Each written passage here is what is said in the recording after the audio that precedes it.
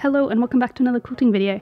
I'm Olivia and this is video 1 of a new little series I'm calling Quick Quilting Questions Answered.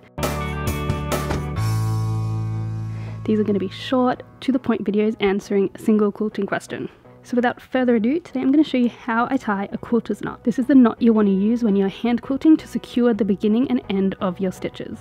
It's a super simple knot, but when I was learning to do one, it took a few tries to figure out how it works. I'm right-handed, so I'm going to show you how it's comfortable for me. All you need for this is a needle and thread. I just grab whatever needle is closest. I don't have a real preference, so try some out and see what you like. For hand quilting, I like to use the DMC pearl cotton in size 8. But again, the beauty here is you can use whatever you like. Thread your needle with about an arm's length of thread like this, and then bring the end of your thread around to your needle to create a circle.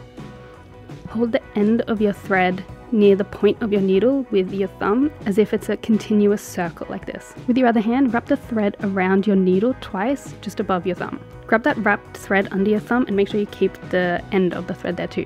Using your thumb and one finger, pull the wrapped thread down off the needle and along the thread. The thread you wrapped around the needle should stay with your fingers as you go away from the needle and down the thread. When you get to the end, you'll feel the wrapped thread form a knot.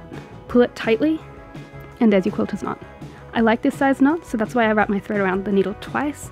If you want a slightly bigger knot, wrap your thread around 3 times. Experiment a little and see what works for you and the thread you're using. Just make sure you don't go too big because this knot needs to be small enough to pop through your fabric when you're quilting.